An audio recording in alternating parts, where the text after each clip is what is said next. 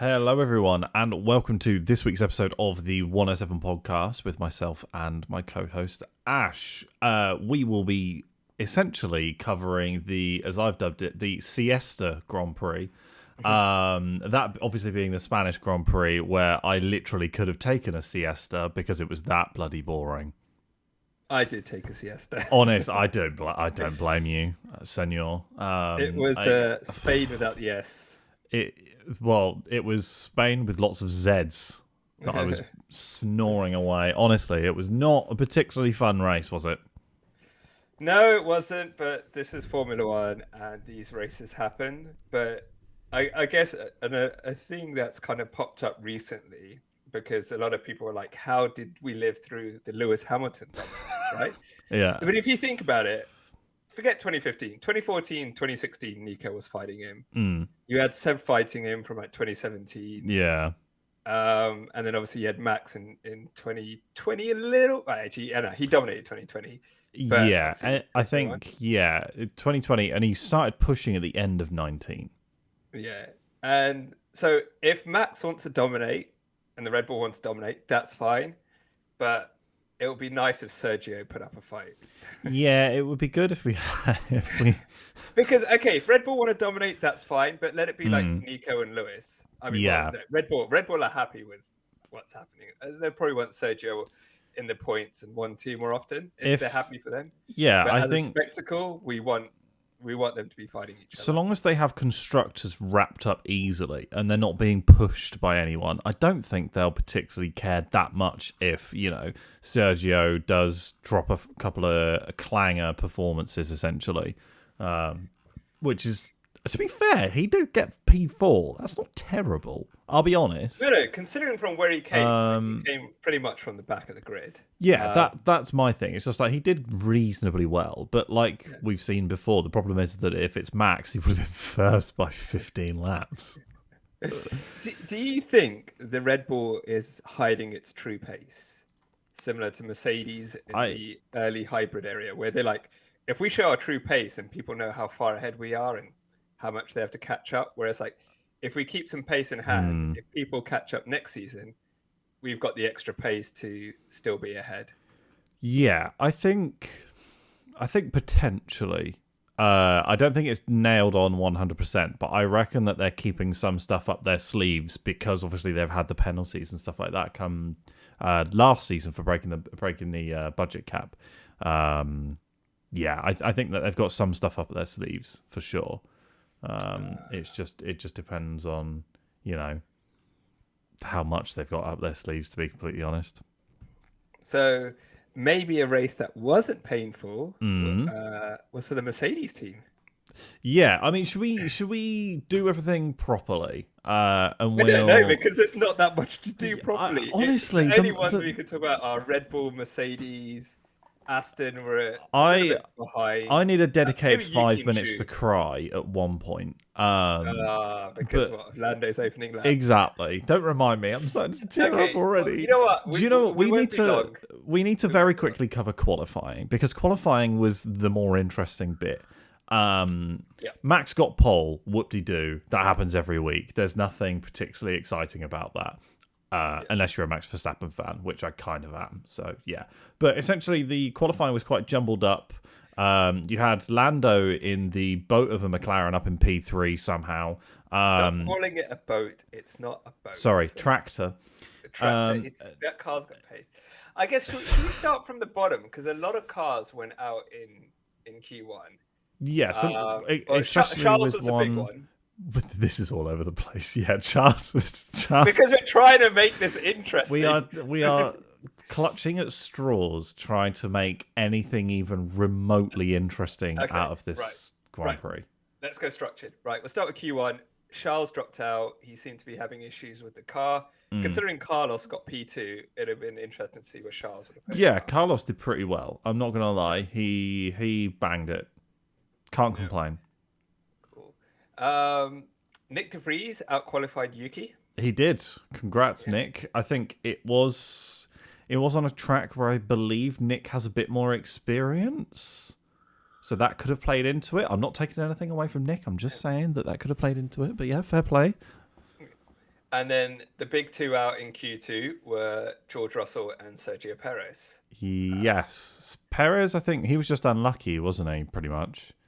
He just didn't seem to have a handle on the car as Yeah. well, I think, in quali. Same with George. Yeah. It seemed to be up and down, but then we'll talk about Sunday. It seemed to lock it in on Sunday. And then obviously all the stars were aligned, as we heard Crofty say, but Fernando in P9. Apparently he got a fair amount of damage. Yeah, so he came when off. He went off, and when the Aston Martin engineers were working on the car, apparently there was conversations with the pit wall. It was like repair his floor and get him back out there quick. Apparently the engineers said something along the lines of, "What floor? It's gone. Like it's ripped off half of it," which is a real shame because the stars were aligned, but they weren't fully aligned. He believes he would have got it on the first row of the grid. I think he could have done. Yeah, I don't think he would have won. But no, he wouldn't have won. Max had it in the bag, but it'd been nice to see him on the podium in his home race. And considering Lance got P6, you definitely had Fernando up there. I guess maybe the big one from qualifying is unfortunately he got a penalty, but it was a deserved 2 penalties. Was Pierre Gasly put it in P4 before he got a 6th place grid penalty. Yeah, we were talking about Leclerc, Charles getting a penalty last week for his engineer not really telling him that there was a fast car coming up behind, and it seems like that almost happened again with Gasly. He blocked 2 people within 2 laps. His engineer just wasn't talking to him. So I think the penalty was harsh on Gasly, but not harsh on the team. I don't blame Gasly whatsoever. There is a reason why you have a race engineer there all the time, and it is to spoon feed you information like that so that you don't end up, instead of being P4, P10. Yeah, especially with these tracks like Spain and Monaco, where it's tight and twisty and it's hard to get out of the way. You really need to be in good sync with your engineer and know what's going on. Yeah, exactly. A quali incident, Q2, I believe it was George and Lewis. George and Lewis, yeah, Jesus. What is it about Mercedes at Barcelona? They're like, thank God it isn't qualifying, and it was only a front wing. So, yeah, can you imagine if... So, obviously for the race result, Hamilton was P2, Russell was P3. Can you imagine if that had happened on the last, 2 or 3 laps? Yeah, that wouldn't have been good. No. That would not have been good. I'll be honest with you. Seeing Mercedes back at the front, I kind of don't like it. They've made a big jump. It's going to be interesting to see, though, how this fares in the next few tracks. Yeah, I think Barcelona is obviously it's a testing track where they have so much accumulative data from previous years, previous cars, etc., etc. So it'll be very interesting to see how well they get on at Canada and Austria. Those are the 2 next races, Canada then Austria, right? It's Canada next year because it's a bit of a hybrid track because you've got long straights, but then you've got the tight, twisty, low traction zones. Yeah, high traction or traction zones. So you really need a well-balanced car for Canada. So obviously we're going to expect the Red Bulls with their straight line speed and the Red Bulls will walk it anyway. I did see a statistic where I think it's Red Bull have now won 5 races in a row. And the current record for races won in a row by a single constructor is McLaren. Go on, the boys. And that was back in 1988. Yes, before I was born. And they got 11 wins in a row. Do you think Red Bull could potentially break that this season? Considering that Mercedes didn't beat it during their domination. Put that into perspective. They didn't have that record. I think they could. I still think Red Bull could do it, yeah. I think they could do it because their engine reliability is top notch. Unreal, yeah. I think they had that scare at the beginning of last season and they went, we need to, I think they've used the least amount of engine parts as well, like ICE and KERS compared to the rest of the team. So I think you're right. They've got reliability down. They're way far ahead to be involved in any incident. So anything that would happen would either be driver error, really, or pit stop issues. Yeah, pit stop. But we've seen Sergio and Max come through a field like a hot knife through butter. So And this is what I didn't get about when Carlos got the hurry up a couple of weeks ago in Monaco, is that you could easily have just, taken the car in DRS zones, like overtaken DRS zones and stuff like that. Like, for me, that Red Bull is so powerful under DRS anyway. It's not a cheat code, but it essentially is. And like, even if you just pass like one car every other lap, if you start from P20, you're gonna win. Like, it's really not that Red Bull is just like a hot knife through butter. It is absolutely insane. When it happens, there's going to be some controversy. Yeah, I think when it happens, when they lose that race, there's going to be some controversy. Yeah, there's gonna be something. Like, there's gonna be like a couple of years ago in Baku where Verstappen's tire popped for no reason. It'll be something like that, and then a safety car restart or whatever. Or it could be that I don't know. There's a safety car because somebody crashed. Let's say Nick De Vries crashes for whatever reason, and they don't pit under a safety car or whatever it is, or they pit under a safety car, lose track position, and then it turns into a red flag or something like that. It will be something silly. Probably done by the FIA, let's be honest. Yeah, I think they might be just like, so just who knows? You win every race. Yeah, I think it will be interesting to see. I think Singapore is where we could potentially see something, not because of Crashgate, that was inadvertent, but purely because of, it's a very tight street circuit, or because it always bloody happens and nobody really knows the reason why. Hungary. Budapest. Yeah, literally, I think that's the one. Well, it's a tight circuit. So, well, I think somebody said that the Hungaroring is almost like Monaco without the walls. Yeah, I can like that's how it's been described as, because it's very difficult to overtake there. The track's very slim, and I can see why. Like, even when we play it on the game as well, it's quite technical, especially like Sector 2 is pretty technical as well.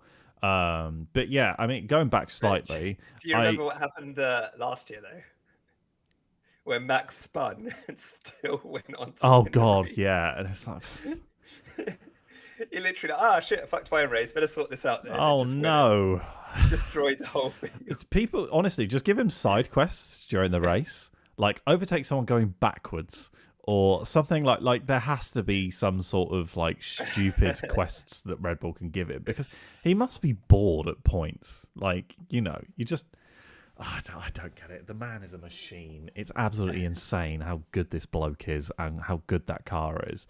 I think that if it carries on, like obviously last season he won the championship. The season before he won the championship under some controversial bits and pieces. We won't touch that. But I think if he goes another season and wins 3 championships in a row, you do have to look at those Sebastian Vettel numbers, and you do have to think that it's that sort of level of dominance where you can take pole from the garage. It's way beyond. Yeah, I'd argue it's almost at that point anyway. But I just meant in terms of like over an amount of time. Well, if you look at Vettel's run in 2010 and 2012, he was pushed to the last race. Yeah, true. Yeah, it's 2011 and 2013. Just shows you how good the GOAT is. He was pushed even in those final races. Was Sebastian Vettel? Yeah. Okay. Why are we not talking about the race? God, it was so bloody boring. Okay, so shall we talk about the incident between Zhu and Tsunoda, where Tsunoda got a 5-second Yes. Penalty? What is your opinion on this? Do you think it should have been a penalty or no? Yes. Ooh, okay. I was expecting you to say no, because that's the correct answer. No, that's not the correct answer. What's wrong with you? Did you watch it? I watched it. Yeah, so Zhu is alongside him. Yeah. So going into the corner. So with that, the rules alongside, state you have to give. Tsunoda had to give Zhu a car's width, right? And he didn't. Right. So he what happened? Zhu off the track. What happened at the beginning of the race? Max did exactly the same thing to lap Charles. Lap one incidents don't count. I feel like that's not my rule. That's the I know. FIA's rule. But I think that I don't actually think that the penalty was given to him for pushing him off the track. I believe it was for a second move while defending. Was it a second move? I believe that was why. I don't necessarily think it was because he forced him off the track. I may be wrong, in all honesty. I can double check it. I didn't know about the second move. So apparently, like they were saying on the Sky Sports commentary, that it reeked of a second move under braking. So that's what I had anyway.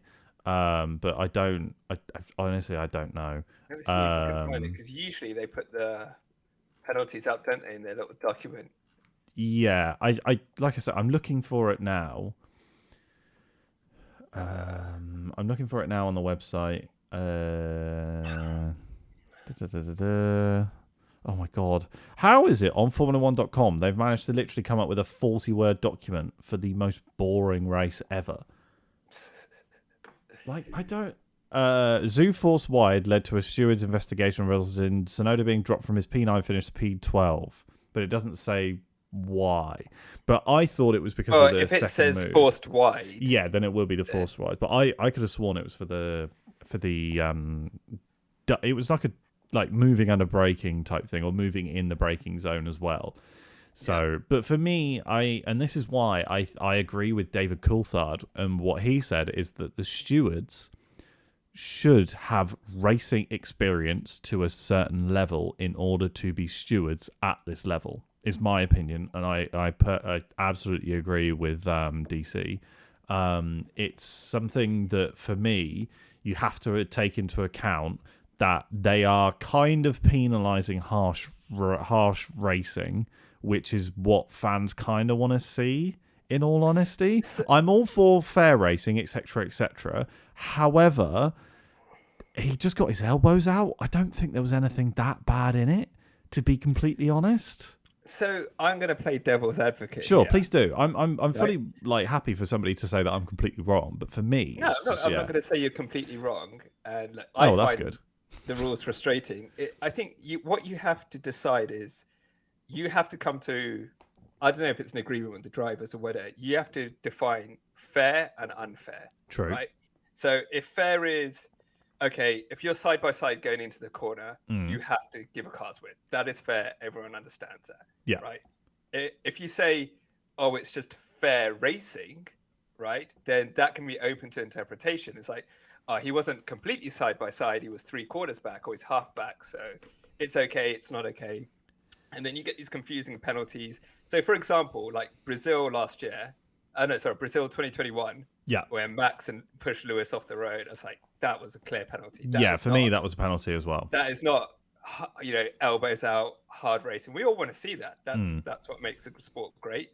But you have to say, this is what's allowed and this is what's not allowed. And then at least, like, right, I know if I'm side by side, I can go into the corner and know I'm not going to get pushed off. Kind of thing. And if Yuki, he's side by side, I have to give him space. Otherwise, I could get a penalty here. So I'm all for hard racing, but you have to be, and maybe this is where the stewards haven't been clear, because like you said, previous incidents, it's like, hold on, he's got a penalty and he hasn't got a penalty. What is hard but fair racing kind of thing? Yeah, I also don't think it helps the fact that there aren't consistent stewards as well at points. That does not help. They always seem to change them. I do understand football.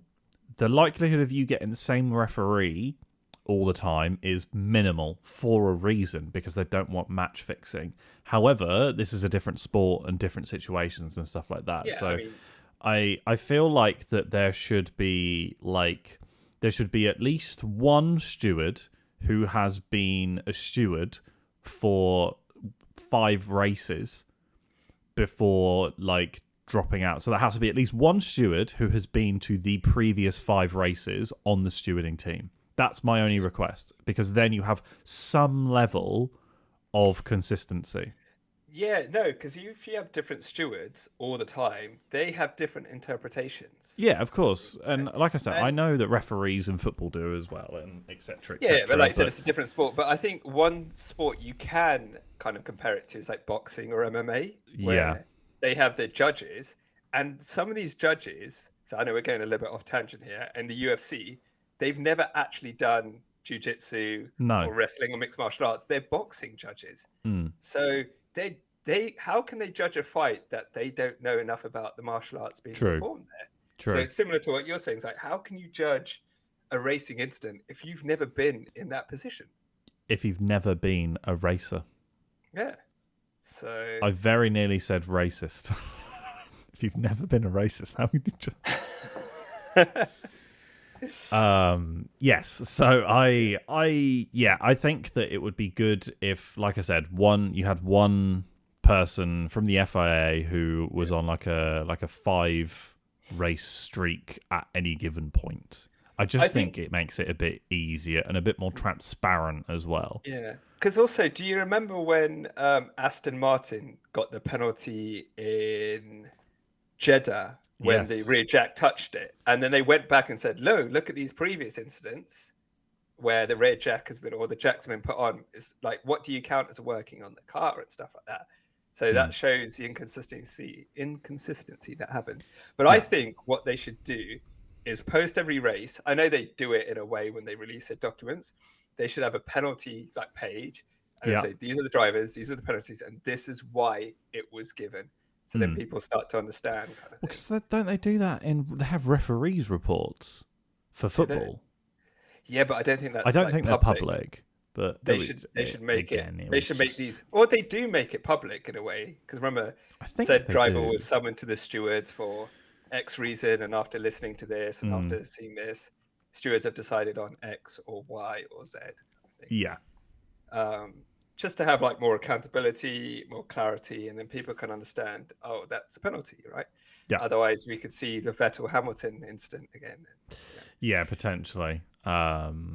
But yeah, I think that there's not really that much else to chat about the race. In all honesty, it was pretty obvious who was going to win start to finish. And I did see a couple of comments on Twitter about how they should just cancel Barcelona and they shouldn't have Catalonia on the calendar anymore. And I'm currently still not in that state. I think it will change when they potentially bring the Spanish Grand Prix to Madrid, which is currently under talks, essentially. Is it Madrid or Valencia? No, Valencia we used to have, and that was a great track, might I add. Valencia was the European. Yes, that was a great track. That was a great track. That got a lot of undeserved hate, but it was a great track. It was fun to race on the game. And there's always something happened in that because you had a mix of. Actually, it was a street circuit, wasn't it? It was, yeah. Street circuit, but you had the bridge. You had this.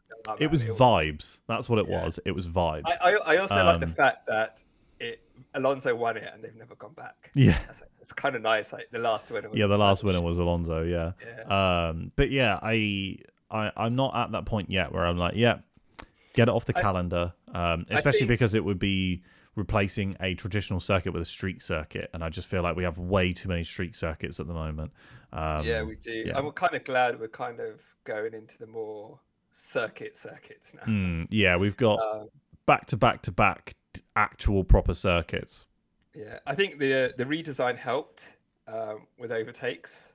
Yes, I saw a lot of people saying that this was a really interesting and exciting race in the midfield, and I was like, was it? And it was, but meh. I don't know. I just still don't feel like it was. Like I said, I was so bored. I was just sat on my phone for half of it because there was just nothing happening. Maybe I missed all the exciting bits because I was on my phone, but I just don't remember anything particularly exciting happening. I think part of it was in the race's defense. Part of it was that I was so looking forward to Alonso doing really well, and then he didn't. And then all of a sudden, Lando was on P3 in quali, and I was like, oh, amazing! Like McLaren have actually pulled something out of the bag. Like that's unbelievable. And then Lando has contact with Hamilton, and I immediately after that was like, well, Max is going to win then, and that's going to be the only interesting thing that happens. And that was the only interesting thing that happened. Yeah. I know. It was. But you know what? If Ooh. you're new to Formula One, these races happen. Yeah, these races do happen. But do you think which was more boring, this race or Miami? And why this race? Yeah. And I thought Miami was boring. Because at least with Miami, Max was coming through the field, and then there was a bit of tension with his strategy and Sergio's strategy. Yeah. You know, what's going to happen when Max pits and things like that. Yeah. But this race was more boring. Yeah. Yeah, absolutely. I was just double checking, by the way. We have, providing that you don't class Canada as a street circuit, because it's a little bit like you could technically classify it as a street circuit, technically. It's like but it's not. Australia, where it's on the island. Yeah, I would classify it as an actual purpose-built racetrack, personally. So you would have Canada, then Austria, then Great Britain, then Hungary, then Belgium, then the Netherlands, then Italy. So you literally have 1, 2, 3, 4, 5, 6, 7 normal tracks in a row. Thank God. Because we've already had one, if you count Australia, which I'm not going to as a street circuit, but we've already had 1, 2, 3, 4 street circuits. It's just too much. Or like sprinkle them in a bit better. Yeah, I guess that's something they're working on. For the future, is obviously, like we've talked about before, redo the calendar. Yeah, they really need to redo the calendar. But if you see what's coming up, Singapore is a street circuit. Yeah. And Vegas is a street circuit. And then that's it. So there's actually a fair amount of street circuits on there. Yeah, it's just all at the beginning. Would you count Mexico? No, I wouldn't count Mexico as a street circuit. Right. Yeah, you're right. So... yeah, so we're almost out of street circuit season. Yeah. No, I think Canada. I think it's going to be a good race, even if the Red Bulls dominate. Yeah. There's a lot of overtaking. There's hard braking. So yeah, I'm looking forward to Canada. Well, we can talk about Canada next week. There's no point in talking about it now because things could change. Who knows? Yeah. But yeah, I think the one thing I wanted to do before we wrap up talking about Spain is just cry a little bit more about McLaren. Really, I was just so gutted that Lando had contact with Lewis. I think Lewis was slightly more at fault, but not really. It is what it is. It was one of those lap one incidents. What did they say? Half a dozen of one, 6 of the other. I think in the moment I was like, oh, for sake, Lewis, you've ruined my boy's race. But so that was because obviously you didn't watch the race live, did you? No, it was quali that I didn't watch. Quali you didn't watch live because I was like, it's been surprisingly quiet from Jacob because Lando got P3 and I was like, it's very quiet, and I was very tempted to message you, and I was lucky I didn't. Yeah, so I watched quali maybe 40. I started watching 45 minutes after quali had actually started. I was just out and I didn't realize what the time was essentially. But it is what it is. But yeah, it was an incredible effort / a bit of luck from McLaren, but. Yeah. I mean, let's look at the positives. Lando put it in P3 in qualifying. Yeah. So they've also got Rob Marshall. We talked about this a little bit last week. Rob Marshall is joining from January next year. So and the wind tunnel next year? Wind tunnel is active now. Is active now? Yeah. So obviously it would take a while for those changes to really come into effect, essentially. There is a plan in place. Yes, and there are upgrades coming in Britain. Please, for the love of God, make that thing a rocket, please. Hopefully the upgrade is just a Red Bull floor. Which I wanted to talk about, not specifically the Red Bull floor. I actually wanted to talk about Williams because we haven't talked about them whatsoever during this podcast, and I actually really like Williams. I really, really do think they're like the plucky. Yeah, it's like that real underdog story. Boys, yeah. It's like you know when you see those videos of like dog homes, and then there's that one dog with like one eye. That's Williams right now. The one that doesn't get adopted. Yeah, exactly. But it's been there for years, and like they won't. Are they like the put him Stuart down Little? just yet? Yeah, the Stuart Little story. He actually had a car that could probably go faster than the Williams. So I wanted to talk about the difference between that floor on the Williams and the floor between the Red Bull and all those top teams. The bottom of the Williams looks just incredibly flat. It looks like somebody's back. It honestly, it's the flattest thing in the world. There is like no sort of channeling for the airflow, no nothing. And it just goes to show how one thing, I know a floor is a big upgrade, but it just goes to show how critical one upgrade can be to your timings. Because, I mean, that Williams has been quick in various other different parts of the season and stuff like that. And I think they've been slightly falling back a little bit over the past couple of races. I guess obviously because of those development cycles and stuff, and Williams is obviously not as funded as the other teams. I guess they're probably going to fall back a little bit further. But it just goes to show how big one upgrade can be to a team's timings. I do, however, agree with Toto. There's no such thing as a silver bullet when it comes to Formula One, but it's just to show that, you know, like those upgrades are hard work and hard earned to actually get on a car. Yeah, no, I mean, if it was easy, everyone would be Adrian Newey. Right? I honestly, I think a lot of teams are going to copy the Red Bull floor. If you're Williams, right, and you've seen a picture of the Red Bull floor and you can understand it and you go, right, well, what it does is it creates a vortex that sucks the car to the ground. Let's just literally chuck it on the car. I think they will. Because I mean, it's a little bit more complicated than that. You know what I mean, though, right? Like, I know, but the thing with the floor is you have to make sure your front suspension and your front wing. True. And even the side, even the rear wing. Oh my god, we never talked about Ferrari's updates. Oh god, yeah.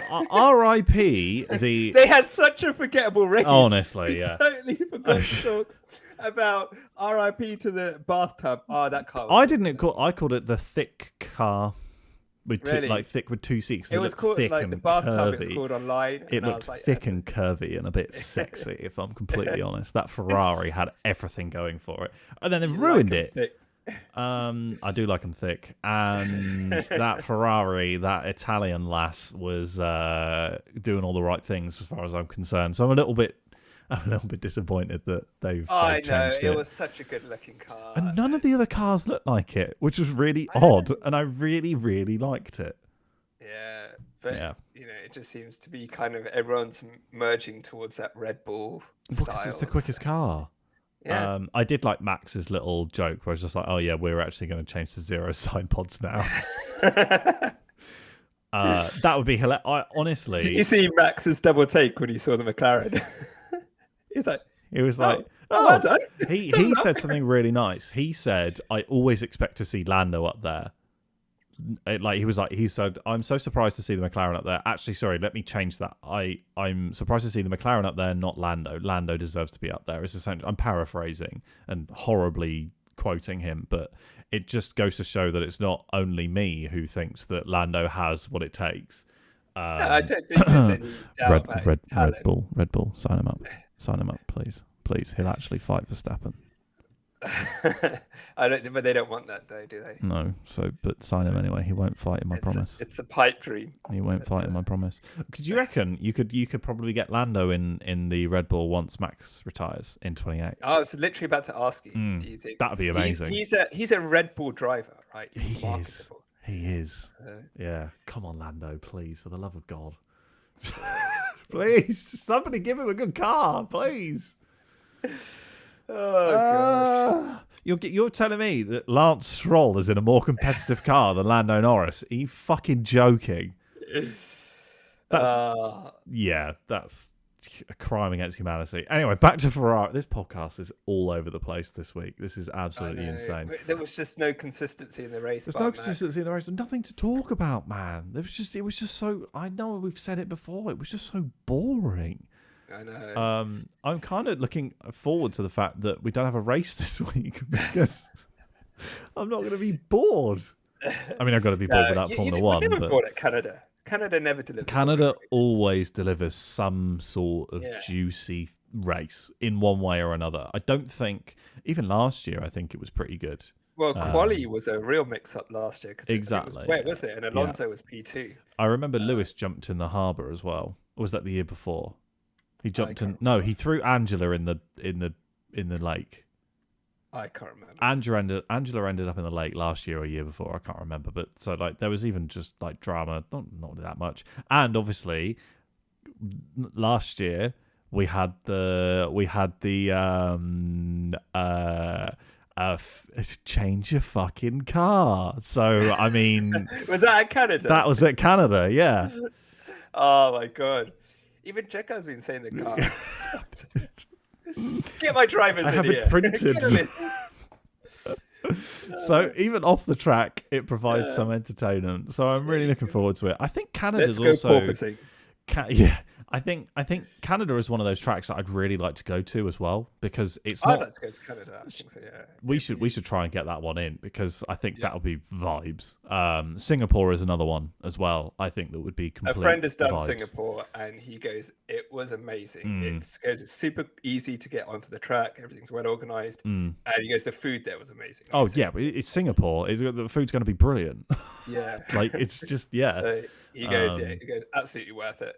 Yeah, that sounds about right. Yeah. So, right. So, I think is there anything else I've really done? Yes, there is one thing. Formula One has now closed off entries for new teams. Yes, it has, and it's now reviewing the applications. So that means Subaru, your application that you haven't bothered to send in because I don't know, you were dotting I's and crossing T's. You idiots! You should have submitted it. Unbelievable. So, yeah, we could see Andretti on the grid. Please just give us Andretti, for God's sake. On the grid. Do you know what? I think if Andretti have their bid denied, I think he could buy Williams. I thought he'd buy Haas. Or Haas. I hadn't thought about Haas. I think he would go for Haas, considering he's got operations in America. Yeah, so the reason why I mentioned Williams is because Williams is owned by Darlington Capital, and they must have bought that for, let's say, £50 million or whatever it is they bought the Formula One team. I know that's a cheap Formula One team, but let's say they bought it for 50 million. Darlington at any given point will be 100% ready and willing to sell unless something ridiculous happens for a profit because they are an investment group. So as far as I'm concerned, Williams will consistently have a for sale sign in the window at any given time as far as I'm concerned. Haas, however, I think with things with Gene are getting a bit interesting, especially with all these Russia allegations popping up as well. I don't particularly want to talk about it. Purely because I don't fully know enough information about it. But there's allegations around him potentially, his company, Haas, selling CNC machines to Russians during some sort of trade embargo or whatever it is. That's all I know. So he might be in some legal trouble as well. So he might also be looking for some cash, and he just so happens to have a Formula One team lying there. So yeah, but I hope that doesn't happen because I do think we should have 11 teams on the grid. In all honesty. Especially with like Audi coming back as well, Ford now doing powertrains too. I think it's gonna get tasty, or hopefully it will get tasty with so many different engine suppliers and so many different teams coming into the sport. It could be pretty interesting. So fingers crossed Andretti have their stuff accepted, and also fingers crossed that the other teams don't go now, because apparently only Alpine was supporting it previously. I think I find it strange. I know why the teams would be against it, but for Formula One, considering they have 3 races in America, having another American team just bodes well for growing the sport there. So yeah, it's going to be interesting to see what the outcome is of the applications. Yeah, exactly. But yeah, apart from that, it's even a slow news day, kind of. Yeah, not too much else has happened, to be completely honest. I mean, like, yeah. I mean, look, we have 2 choices right now. We can say sayonara and we can check out for this week. And in all honesty, I do think that some of the podcasts recently have been kind of long.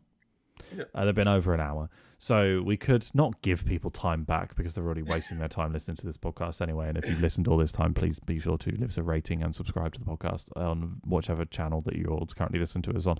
Anyway, had to take a breath.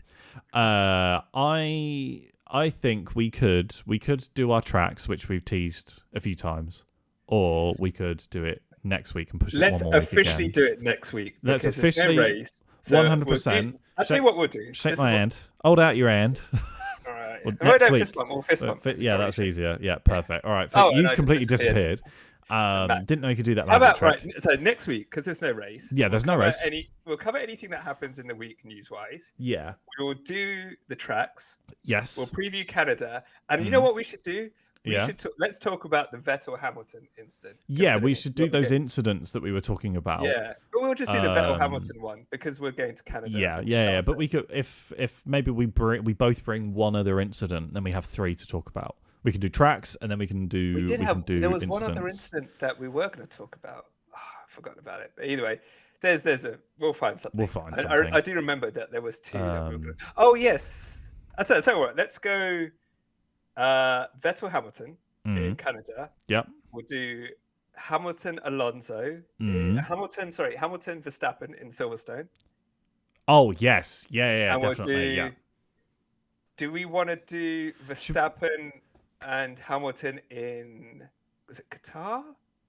I was actually going to suggest one from years ago, and why don't we do the crash that made Schumacher a world champion for the first time? Oh, yeah. Because that's pretty controversial.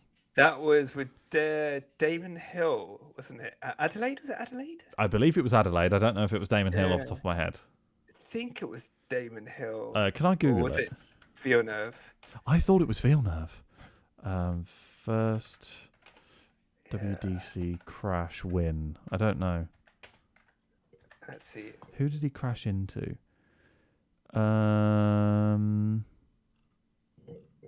Hill. It was Hill. It was Hill. It was Hill. Yeah, 1994, Adelaide. I thought it was Villeneuve. I do apologise. No, was it with Villeneuve? He went off or something like that, I think. You are thinking of in 1997 when he collided with Villeneuve. And that was... I'm just reading this now. Because obviously it was 3 years later. And he just essentially... Yeah, he just took him out. Okay. Yeah, okay. Yeah, we'll talk about that. I think that's a good one to talk about because I can't remember it off the top of my head either. Yeah. So essentially, next week we'll do tracks. The week after we'll be doing the Canada race. And then I think the week after that we should do our Austrian road trip and preview Austria. Okay. Because that's the week before Austria. And then the week of Austria, obviously, we'll review it. And also we will talk about looking forward to Great Britain. And I will be there, obviously, on the day as well. So, yeah. Which also means I realised that how on earth are we going to record if I'm not here we'll make it work. We'll make it work. Yeah. Record on your iPhone or something like that. And, I just don't want to bring my microphone with me. No, just record. You got headphones. Yeah. I'm sure the audio quality will be brilliant. So are you in the UK still on Monday post the race? Yes. Oh, okay. Yeah. We'll make it work. Actually, even if you want to, you could just do it from Silverstone. Honestly, yeah, I could just I could do that. To be completely honest, I could just you could call me as I'm walking on the track after the race. Yeah. But yeah, it'll be interesting. Alrighty then. Should we stop it there then? Because we've been recording for 44 minutes right now. I just remembered one thing. All right. Are we still recording? Yeah, we're still recording. Yeah, we're still going. The Pit Stop Boys have released a new song about Fernando Alonso. Oh, sorry. I thought you were going to say the Pit Stop Boys is in like the rubbish ones. No. You mean the OGs, the Dutch, Max, Super Max. Yeah, the OGs, yeah. So they have the Max song, they have the Lando song, and now they have a Fernando song. I need to listen to that, but do you know what else I haven't listened to? No. Charles Leclerc's song. Oh, the piano stuff. I still haven't listened to it. It's actually good. You said that, and I still haven't listened to it. You know what?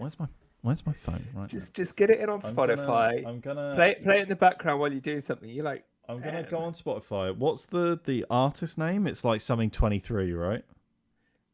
I can't remember, but I think if you type in no, that's the name of his track. The track would be like Oz 23, MIA 23. Yeah, But got you it. can just type in Charles Leclerc and it will come up on Spotify. Got it. I've even got the video. Oh, go away, Spotify. I even got the little. Oh, that's you.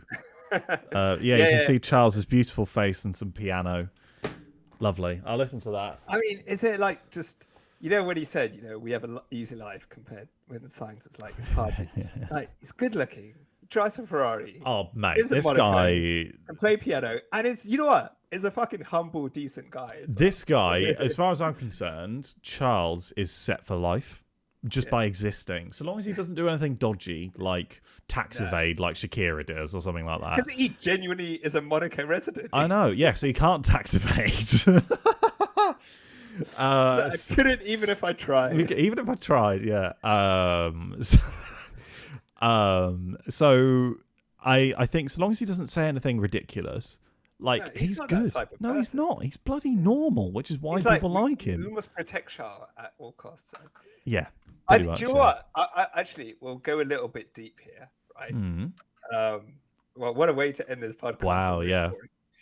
We'll go a little bit deep here, and we said like he's got a great life and everyone would love to be him. I think he would give that all back to have his dad and Jewel be. Oh yeah, 100%. Like we say he's got a great life, but he's also got a bit of a tragic life as well. If he was from the outside looking in, he has a great life. I think if he was given the choice of you only ever reach F2, but obviously your dad's still kicking, he survives for as long as you're normal, etc., blah blah blah blah. And Jules as well. Well, yeah, I think you'd give anything for the both combined for sure. Because if you think about it, if you're in his position, like you had the Ferrari Monacos, but you lost two people super close to you, I'd give everything up just to. Yeah. I'm sure most people would, and most people with a moral compass would. Anyway, I know some people who wouldn't. But I think maybe that's a little bit naive of us to say he has a very good life. Well, it's like you said, outside looking in, he has a good life. Yeah, but, initially you're like, oh, he's poor guy. Let's be honest, the bloke is immaculate. He lives in Monaco. He could bag most women that he would ever want. He drives for Ferrari. He's absolutely minted, mostly because he doesn't pay tax. And he's a great driver. And he's just like a reasonable, normal bloke. Yeah. I think that when you look at it like that, sure, then obviously you chuck in the tragedies and stuff like that. But I know, but okay. Well, that's. We won't finish on that. I will finish on. Look at what I'm wearing. Podcast members who are listening via Spotify, you can't see, but I do have a 107 is written backwards. Turn around, show the back. 107 podcast shirt. And I've even got it massive on the back. Wow. So my thought process, right, was, Ash, what clothes are you currently wearing? You're wearing a Red Bull hat. I'm wearing a Red Bull hat. Funny enough, I'm actually wearing a T-shirt from an old company I used to work for. Okay, Go Cardless. Yes, I remember when you worked there. So you are currently promoting Go Cardless for free. And you are currently promoting Max Verstappen and Red Bull Racing for free right now, right? So why not promote yourself? Because people will have to be listening to the podcast to see the T-shirt. So they're already. Well, they'd have to be watching it. Watching it. I wore it to work the other day, to be fair, and I did actually have maybe a half an hour conversation with somebody about Formula One. So they didn't promise to listen to the podcast, but I mean, I enjoyed the conversation, so it is what it is. I will wear. I think I'll wear it. I'll wear it to the gym and stuff. And what should do? Yeah, I'm not going to call it merch because we're not selling it. No, we're not selling it. But I also have the sticker on my water bottle. It won't fit on my water bottle. The Grosslochner sticker that you gave me from our road trip in Austria. I stuck that on my water bottle as well. So yeah, I think and this is not a plug, but do use Go Cardless. They're a very good company with a very good product. And do listen to the 107 podcast. Again, that free promotion. Yeah, we're promoting to people already listening. Damn right. Yeah. Go and I tell you what, if you're listening right now, try and connect to some random stranger's Bluetooth speaker and just start blasting it. All right, and on that note, thank you guys for listening. Please do be sure to like and subscribe, especially if you're hearing this over your own Bluetooth speaker and you have no idea what's going on. We have a 107 podcast. Do you know what the dream will be in future episodes where we can do a Q&A? Oh, God. By the way, we said we'd stop 6 minutes ago. We always say this because we are absolute idiots. Yes. And we would see this Q&A and we would start fighting with each other. Oh, 100%. Yeah, 100%. I think they were talking about doing a live Formula for Success podcast at Silverstone.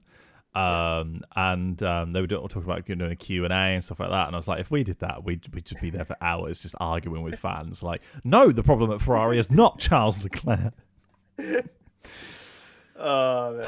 Very good. But yeah, let's end it. Yeah, let's end it there. Be sure to like, subscribe, rate the podcast, and tune in next week. Yep. Cheers, everyone. See you all. Bye.